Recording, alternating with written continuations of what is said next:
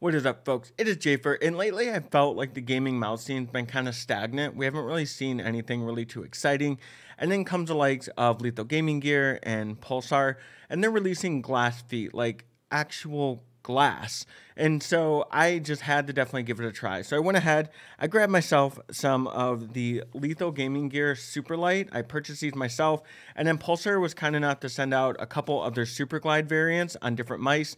So let's go ahead and take a look, and I'll explain my experience with them. As the name implies, these are made of actual glass. Just like anything made of glass, you want to be careful with your installation. While it's an easy application, just like adding PTFE feet to your mouse, you want to be careful and try not to bend it or it could shatter. But these are fairly priced, and they're ranging from $19.99 to $24.95. At the time of this video, Lethal Gaming Gear actually has a handful on sale for $14.99. So I'll leave a link in the description below for Lethal as well as Pulsar. With glass being so incredibly smooth, it's noticeable right out of the gate from using your traditional feet. With PTFE feet, you're bound to feel some of the fabric's interweavings as you move your mouse around your favorite surface. Not the case with glass though. It almost feels like it's a well-lubed ball bearing. The glass feet with your favorite pad is an excellent pairing as long as you keep in mind it. I feel like I had the best experience with a cloth-based pad. Definitely don't use anything like a hard pad, especially no glass pad. I did test this a little bit on like a hybrid pad like the UBA from Esports Tiger, and it was equally as smooth, but not that butter smoothness that you find with the traditional standard cloth pad. The big benefit to glass feet is going to be the absolutely zero static or initial friction right off the jump. Esports Tiger Ice and Core Pad feet are impressive for having very little of that same friction, but the glass material just kind of kicks it up just a notch. And this makes for really the smoothest experience I've ever had with micro adjustments or pixel peaking. With there being no mud or sticky feeling, there's zero resistance, and that can be good or bad depending on you as a user. If you're someone that often seems to shake a lot, especially in the heat of the moment, that transfers through the glass nearly 1-to-1. So you will see that shaking within your reticle in game. As it's making your moves ever so slightly more sensitive, there's really nothing that you're fighting against like you would on a normal instance of PTFE feet. But once you get control of that though, it's so fluid, it truly feels really fun to use. And oftentimes, depending on the shape of the PTFE feet, you can kind of feel more drag if there's multiple feet compared to just two large ones. And I couldn't really tell the difference between my super light lethal skates or my Viper Ultimate Superglides that have multiple feet compared to two. Both offer extremely polished surfaces with nice rounded edges that don't catch on to anything. Now, my normal experience with PTFE feet, when you're using like a fingertip grip, everything feels very light and loose, and that's the same case with your glass feet. However, with PTFE feet, say you go into a palm grip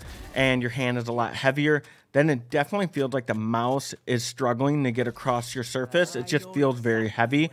All it really does though, when it comes to your glass feet, it's still really, really smooth. It doesn't give you more drag when you add more weight to it, like your traditional feet.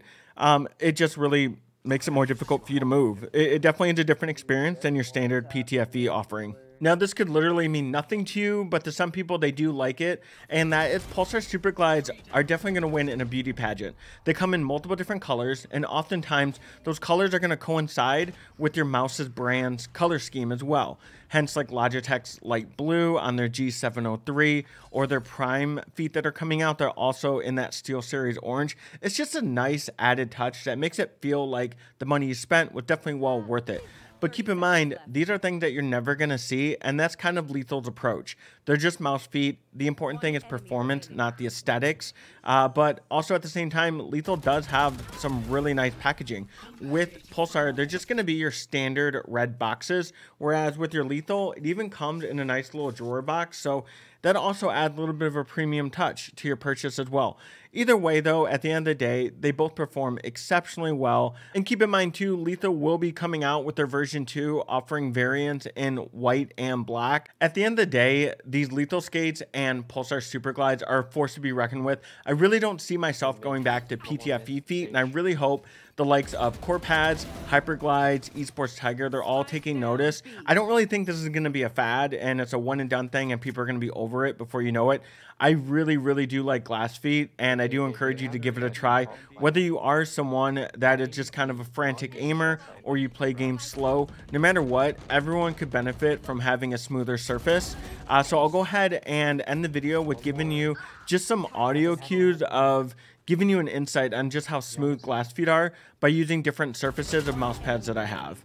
But until next time, I do appreciate you watching the video. If you did like it, hit a thumbs up, and of course, subscribe if you haven't already. I do appreciate that. You guys stay safe.